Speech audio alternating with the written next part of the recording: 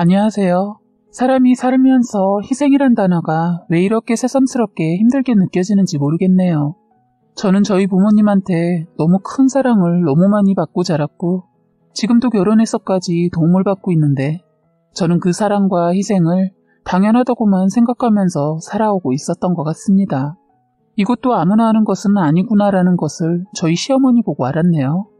자식이 많으면 많을수록 사랑과 희생을 골고루 나눠줘야 하는데 저희 시어머니는 그게 잘 안 됐던 분입니다. 저희는 저희 친정 부모님과 함께 살고 있어요. 함께 살게 된 것도 다 이유가 있는데 어쨌든 같이 살면서 도움을 엄청 많이 받으면서 살고 있네요. 그런데 저희 남편은 장남입니다. 흔히들 장남이면 시댁의 시어머니를 모시고 살고 있잖아요. 그런데 저희는 저랑 저희 남편이 맞벌이라서 꼭 친정 부모님과 같이 사는 것은 아니에요. 다 사정이 있어서 함께 살고 있습니다. 본의 아니게 친정 부모님 도움을 받고 있고요. 저희도 시어머니랑 합가를 생각 안 해본 건 아닙니다. 그런데 저희 시어머니 저한테 저희 애 보기 싫어서 합가 절대로 안 하겠다고 먼저 얘기했는데 저는 시어머니한테 맡길 생각 전혀 없는데 김칫국 먼저 마시더군요. 신혼 초부터 늘 입에 달고 살았어요. 내 새끼도 힘들게 키우셨다고 하면서 손주가 이뻐도 잠깐이라고 하시면서 싫다고 하시더라고요. 그런데 이런 분이 저희한테 바라시는 것은 엄청 많으세요. 어찌나 사달라는 것도 가지가지인지 그리고 금액도 다 센 것만 골라서 사달라 하세요. 혹시 여러분들 중에 효자 남편에다 우유부단한 성격의 남편이랑 살아보셨나요? 저 신혼 초에는 미처 환장하는 줄 알았습니다. 연애 때는 박력 있고 결단력 있던 이 사람이 자기 가족한테는 늘 손해보는 짓을 하는 거예요. 그것도 처음에는 저는 몰랐는데 알게 된 사건이 있었어요. 왜 그러냐고 당신도 가족이 생겼고 우리 삶이 먼저다 말을 했더니 그럼 어쩌냐는 말만 하는 겁니다. 자기 엄마도 자기 식구 3남매 키우면서 여자의 삶을 포기하셨고 동생들도 아버지 같지 않은 인간한테 받은 사랑이 없다 보니까 마음을 못 잡고 허생세월 보내면서 겉으로 도는데 어떻게 동생들 두고 번 보냐고 하면서 울기까지 하더군요. 술이라도 먹었으면 이 사람 술주정이구나 라고 생각이라도 할 텐데 맨정신에 울면서 이러니 저도 미치고 환장하겠더라고요. 제가 바로잡지 않으면 저희 가족 시댁 식구들 때문에 거덜나게 생겼더라고요. 큰일이 한번 엄청나게 크게 일어났을 때 자기 가족 버릴 것처럼 그러더니 천성인지 아니면 우무인지 몸에 배어서 그런지 끝내 포기하지 못하더군요. 그런데 그 이후로도 또 한 번의 일이 생겼고 저는 한 번도 견디기 힘들었는데 두 번의 사건까지는 도저히 견딜 수가 없고 참기도 싫었어요. 첫 번째 사건이 일어나고 나서 카드를 정지시켜두고 용돈도 끊으라고 했는데 다시는 안 볼 것처럼 자기 동생들한테 대하더니 저 보여주기 위한 것이었는지 저 모르게 용돈도 적게 주고 있었더라고요. 남편은 제가 그것까지 알고 있는 거 알고 화들짝 놀라더군요.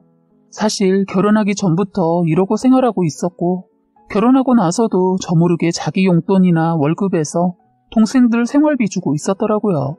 저희가 결혼하고 처음으로 대판 싸우고 시누이와 시동생 때문에 일어난 첫 번째 사건인데요. 저희는 신혼 초에 그때는 경제권에 대해 얘기를 끝낸 상태가 아니어서 서로 얼마를 정해놓고 생활비 내고 월급은 개인이 각각 관리를 했거든요. 그런데 언제부턴가 자꾸 이 사람이 약속이 잦으면서 가끔은 야근도 한다고 해서 그냥 넘어갔었어요. 결혼하고 나서 친구들에게 축복받느라 약속이 많겠구나 했죠.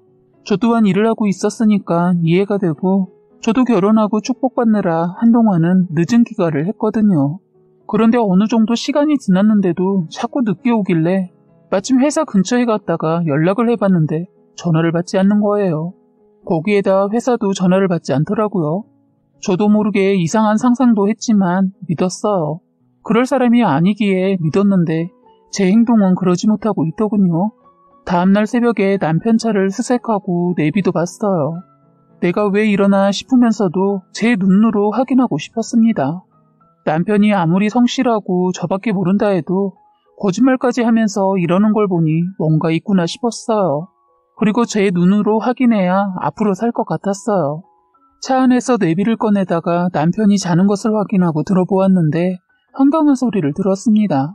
목소리가 익숙한 소리인 거예요. 남편 여동생이었어요. 동생은 오빠한테 급하게 돈을 요구했고 남편은 서비스를 받았다며 언니는 모르는 일이니까 빨리 갚아라 이러니까 오빠 이번 달은 어렵고 취직하면 다다음 달에 준다고 약속하고 헤어지더라고요. 제가 상상했던 특별하게 남편의 이상한 점들을 찾을 수가 없어 그냥 끌까 하다 마지막으로 하나 더 듣는데 남편이 전화를 받더라고요. 그런데 다급하게 아르바이트를 구하는 남편의 목소리였어요. 시급이랑 시간대, 배달 이런 걸 물어보더라고요. 저는 이 사람이 회사에서 잘리고 저한테 숨기고 있나 했습니다. 그래서 저는 다시 차로 가서 차 안에 서랍을 열어 퇴사해 온 적이 있는지 살펴보았어요. 그런데 다행히 월급 명세서가 한 장이 있더군요. 날짜를 쭉 보니까 퇴직은 하지 않았더군요. 그래서 늦게 들어온 날 혹시나 해서 야근 기록이 있는지 찾아보니 전혀 야근을 했다는 흔적이 없는 거예요. 잠시 차 안에 앉아 저는 생각에 잠겼어요. 뭘까? 혹시 일 끝나고 아르바이트를 한 건가? 여동생 때문에 투잡을 하게 된 것일까? 나 모르게 동생에게 돈을 빌려주느라 모르게 일을 했나 보다 생각하고 저는 그냥 집으로 들어와 자고 있는 남편을 쳐다보았어요. 너무 힘든지 제가 들락날락해도 모르고 누가 업어가도 모르게 자고 있는 모습을 보니 짠하더군요. 저는 이 사람이 스스로 저에게 말하기를 기다려보자 하고 말을 하지 않고 기다려보기로 했습니다. 그러고 보니 저녁 늦게 들어온 남편은 씻자마자 잠자기 바빴고 아침에 일어나기 힘들어하는 모습이 떠오르면서 왜 저렇게까지 혼자서 다 짊어지려고 하나 싶었어요. 그런데 남편은 다음날 또 야근을 한다고 하는 겁니다. 그런데 기다려보자고 다짐했던 마음은 또 거짓말을 들으니까 마음가짐했던 것이 흔들리게 되더군요. 그래도 그동안은 월급 명세서를 제가 본 적이 없다 보니 야근을 진짜 했는지 알 수가 없었는데 이제는 확실한 증거가 있다 보니 더 지켜보다 따져 물어보면 되니까 그래 기다리자 조금 더 시간을 주고 기다리기로 결심했어요. 이번 아르바이트는 내비에서 들은 곳에서 연락이 왔던 모양이더라고요. 일이야 뭐 많이 하면 좋지만 그래도 투잡을 한다는 것은 너무 힘들지 않을까 싶었어요. 걱정이 되더군요.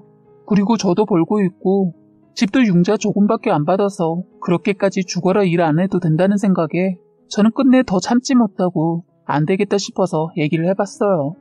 그런데 남편의 입에서 뜻밖의 말을 들었습니다. 저희가 분명 시어머니 용돈을 드리고 있는데 시어머니가 남편의 카드까지 쓰고 있다고 하는 겁니다. 저는 너무 황당해서 저는 화를 내면서 내역서를 보여달라고 했더니 머뭇거리면서 보여주기를 꺼려하더군요. 저는 화를 누르며 오해하지 않게 지금 보여달라고 했어요. 그랬더니 그제서야 제 눈치를 보면서 내민 카드 영수증에는 내역을 보니 제다 아가씨나 시동생이 쓸만한 용품들의 내역이었어요. 저는 열이 받아서 왜 이러고 사냐고 정말 처음으로 화를 냈어요. 저도 저의 모습에 놀랄 정도로 화를 냈습니다. 밤잠을 줄여가며 일을 해서 자기 동생들 치닥거리하고 있는 게 너무 화가 났거든요. 이제 그동안의 모든 것이 정리가 되더군요. 저는 이건 아니다 싶어서 시어머니 알고 있냐고 남편한테 따지고 물었더니 오히려 어머니가 원해서 해드렸다고 하는 거예요. 어이가 없었습니다. 자꾸 시어머니한테 시누이하고 시동생이 돈을 요구하니까 큰아들한테 말을 해서 시어머니 자기 몸에 붙은 거머리들을 떼어다가 자기 큰아들한테 붙인 거였어요. 그래서 동생들이 자기 형 오빠를 피를 원없이 빨아먹고 살고 있었던 겁니다. 자기 엄마 짐 덜어주려고 자기가 다 끌어안았더군요. 자기가 피말라 가면서 말입니다. 입은 비틀어줘도 말은 바로 하랬다고. 자기 아들 딸 자기가 부양해야지. 왜 큰아들한테 부모도 아닌데 다 떠넘겨서 시집 장가까지 보낼 생각을 하고 있더라고요. 이 사람 자기 동생들 위해 적금까지 들고 있는 거 보고 더 기가 막혔어요. 저는 이 모든 것을 안 이후로 통장 다 압수해서 해지 신청 다 해버리고 경제권도 제가 다 관리하기로 했습니다. 이제 앞으로 가정의 시댁에 들어가는 모든 돈에 대해서 혼자서 처리하지 말라고 했어요. 그리고 동생들 돈 빌려주는 것도 일절 못하게 못 박았어요. 그리고 밤늦은 시간대라 제일 중요한 카드 분실 신고 접수부터 했습니다. 다행히 남편이 제 말에 순순히 따라주더군요. 그런데 그러자마자 새벽에쯤 남편 전화에 불이 나게 전화가 오더군요. 바로 여동생과 남동생이었습니다. 저는 얼른 전화를 뺏어서 전화를 받지 못하게 했어요. 그랬더니 속이 탔는지 저에게까지 전화가 오고 나중에는 시어머니까지 전화를 하더군요. 저는 전화 받지 않았어요. 그런데 남편이 이때는 저에게 화를 내길래 이 전화 받음과 동시에 이혼이라고 했더니 머뭇거리기만 하고 전화를 뺏어가지 못하더군요. 자기도 누군가가 자기를 이 악몽 같은 터널에서 자기를 구해주길 바라고 있지 않았을까 싶어요. 유독 자기 가족에게 연민이 심하고 우유부단하고 판단력이 흐려지더라고요. 저는 이 사람을 구하겠다라는 결심이 섰기 때문에 독하게 나가기로 했어요. 그때 이 동생들은 전화가 안 되니까 문자며 톡을 사정없이 보내더군요. 온라인 쇼핑하려는데 카드 결제가 안 된다고 하고, 그리고 시동생은 PC방에서 게임하고 밥 먹고 계산하려는데 안 된다고, 아니 시누이 이것은 이 야밤에 온라인 결제 안 된다고 전화며 문자를 할 일이냐고요. 그리고 시동생도 밤새 처먹고 놀고 돈 없다고 결제 어떻게 됐냐고 전화하고 문자 보낼 상황이냐고요.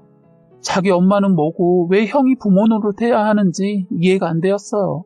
저는 전화도 문자도 다 씹었더니 이 세 사람이 아침 6시부터 초인종을 눌러대는 겁니다.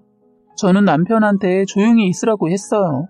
집에 아무도 없는 것처럼 조용히 있었습니다. 한참을 두드리니까 옆집에서 나와서 한 소리하고 나중에는 경비실에서까지 올라와서 뭐라고 하니까 그때서야 시어머니 애들이 친정에 갔나 보다 하면서 가는 것 같더군요. 정말 구제불능인 인간들 셋을 어떻게 버릇을 고칠까 고민하다 저는 친정과의 합가를 생각했어요. 그것도 바로 생각한 것은 아니고요. 이 세 사람들이 하루가 멀다 하고 저희 집에 와서 죽치고 있어서 저는 나름 생각한 거였어요. 그들이 그러고 간 이후에 이틀 동안은 조용하더라고요. 그래서 혹시나 남편이 저 모르게 돈을 해줬나 해서 물어보니 남편한테 동생들이 회사로 찾아왔다는 거예요.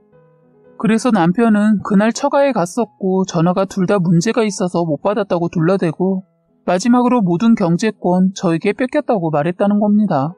그러자 동생들이 더 난리를 치면서 바보 등신이냐고, 왜 자기가 벌어놓고 왜 돈을 쓰지도 못하냐고 어이없는 말을 했다는데 이들은 제정신이 아니구나 싶었어요.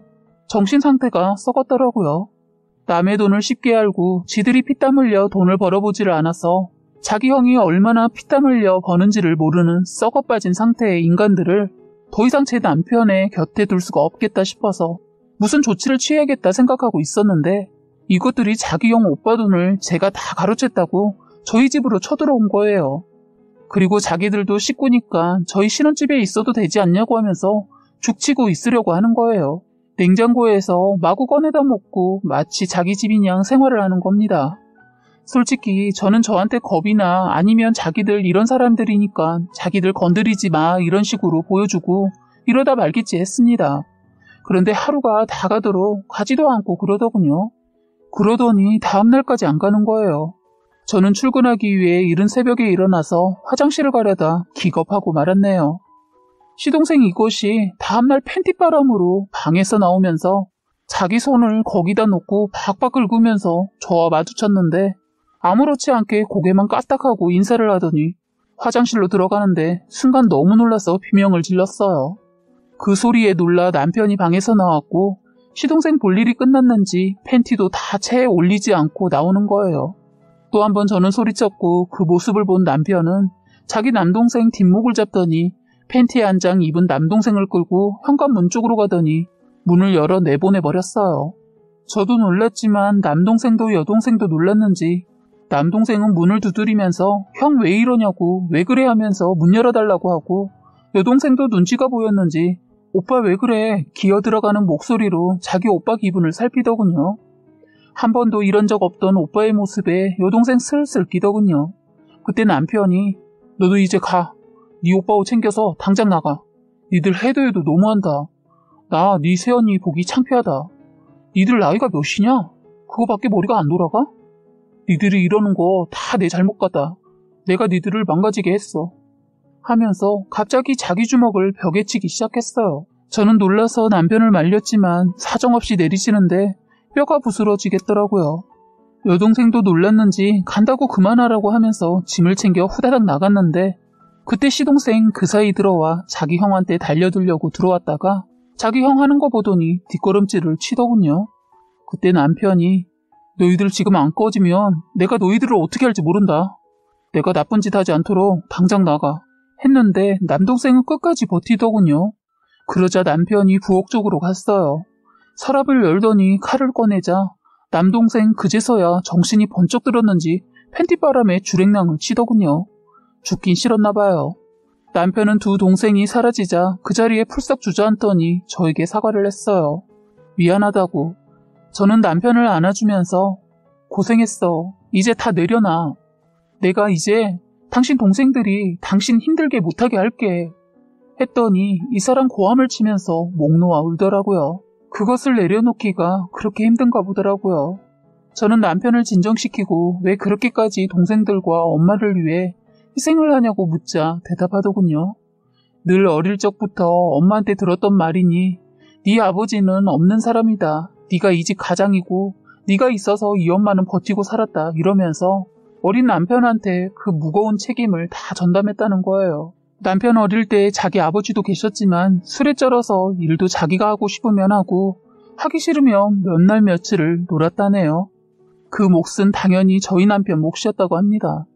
학교 다녀와서 애들은 서로 굴렁쇠도 가지고 놀고 자치기 술래잡기 등등 동네가 떠나가라 애들은 놀고 있었지만 남편은 무능력한 시아버지 대신해서 지게도 지고 어린아이인 남편 손엔 농기구가 들려 있어야만 했다네요. 그렇게 유년기를 보냈고 청소년기 때 아버지가 바람이 나서 나가버리고 그때부터 정말 가장처럼 가족들을 위해 자신을 희생하고 잠이 오면 자기 뺨을 때려가며 잠을 깼다는 겁니다. 심지어 자신은 어린 시절 너무나 고달픈 삶이 싫어서 고등학교도 포기하고 무작정 서울로 올라와 닥치는 대로 일을 해서 돈을 모았다고 합니다. 이런 얘기까지 들으니까 시어머니가 너무 믿고 싫더라고요. 그런데 정말 기가 막히게도 다음날 시어머니가 저희 집으로 쳐들어왔습니다. 자기는 이제부터 큰아들 집에서 살겠다고 하더군요. 배째라 하고 누워버리니까 저도 어쩔 수가 없어서 며칠은 두고 봤어요. 주변에 보면 원래가 장남을 많이 아끼고 사랑해서 귀하게 키우는데 저희 시어머니 자식 사랑은 완전 내리사랑이었던 것 같아요. 대려 시누이와 시동생을 더 어려워하세요. 그리고 저희 집에 쫓아와서 저를 괴롭히기 시작한 거예요. 다음날부터 저에게 시집살이를 시키더군요. 반찬도 가지수를 5개 이상 주문하시고 찌개, 밥, 끼니 때마다 다르게 먹을 수 있도록 준비하라고 하더라고요. 저는 제 할도리는 해야 할 것 같아서 여기저기 온라인 쇼핑을 해서 쟁여놓았어요. 그래서 냄비에 아침, 저녁 드실 수 있게 해놨어요. 제가 이렇게라도 하니까 아무 소리 안 하고 받아 드시더군요. 다행인지는 몰라도 트집은 잡지 않았어요. 그런데 반찬이나 국 대량으로 시켰는데 3일을 못 넘기는 겁니다. 그때 드는 생각이 어머님이 이것들을 빼돌리고 있구나 싶었어요. 반찬 가게에서 사온 반찬도 하루아침에 없어져서 더 표가 났어요. 저는 시어머니께 말씀드렸어요. 이런 식으로 빼돌리시면 함께 못 산다고 그랬더니 시어머니 저 모르게 자식들 집으로 불러다 밥을 먹이셨나 봐요. 설거지통에 보면 그릇이 한가득 쌓여 있더라고요. 시어머니는 동네 할머니들 와서 먹었다고 하면서 속이는데 이대로는 아닌 것 같아 나가시라고 했어요. 더 이상 속아주는 것도 못할 것 같고 덜 떨어진 두 남매를 뒤치다거리 계속 할 생각 없다고 하니까 알겠다 했어요. 그런데 다음날 그 남매를 집으로 들였네요. 남편도 말과 행동은 그렇게 했지만 막상 자기 엄마 앞에서 자기 동생들을 나가라고 못하고 받아들이는 겁니다. 기가 막히더군요. 그리고 시어머니, 큰아들이 아무 말 안 하자 기세등등해서는 자기 아들 집이니 눈치 보지 않겠다고 선언을 하더군요. 그래서 저는 남편한테 이혼을 요구해야겠다고 했더니 그러라고 하더군요. 그래서 저는 그 자리에서 남편과 또다시 이혼 얘기가 나왔고 이제는 더 이상 못해 먹겠으니까 니들끼리 살아라 했어요. 그랬더니 남편이 이러지 말라고 제발 한 번만 더 용서해주면 안 되겠냐고 그냥 다 같이 잘 살아보자고 하는데 정말 진절머리가 났어요. 난 더 이상 못하겠고 네 식구들 못 버릴 것 같으면 이쯤에서 끝내자고 했습니다. 시어머니는 오히려 더 열을 내면서 자기도 너 같은 며느리 꼴도 보기 싫으니까 이 집에서 당장 나가라고 하더군요. 그래서 제가 이 집 이 사람 집 아니고 이 집 구할 때 이 사람은 절반도 아니게 보탰다고 하니까 할 말이 없는지 가만히 있더니 말 같지도 않은 말을 하더군요. 이혼 위자료라고 생각하라는 겁니다. 아니 누가 누구에게 청구를 해야 할 판인데 저한테 먼저 이혼 얘기 꺼냈다면서 깨끗이 주고 나가라더군요. 이렇게 머리에 든 게 없어서 행동도 저렇게 하나 싶더군요. 저는 남편을 쳐다보았고 당장 이대로 네 집안 식구들 끌어내지 않으면 우리 부모 부르고 경찰까지 부른다고 했어요. 그러자 남편이 자기 식구들을 일으켜 세우며 나중에 다시 얘기해보자 하면서 가자고 하더군요. 일단 그 사람들을 내보내는 게 먼저일 것 같아 자극시키지는 않고 다들 나갈 때까지 기다렸어요. 전 남편도 제 눈앞에서 꺼져버렸으면 좋겠다 싶어서 남편도 나가자마자 문을 걸어 잠가버렸어요. 시어머니 밖에서 문 열라고 욕하며 소리 질렀지만 남편 그냥 두라고 하면서 자기 식구들 데리고 가는 것 같았어요. 저는 며칠을 휴가를 내고 집에 있었습니다. 몸이 너무 좋지 않더라고요. 그래서 간신히 몸을 챙겨 병원을 찾았는데 뜻밖의 소식을 들었습니다. 임신이었어요.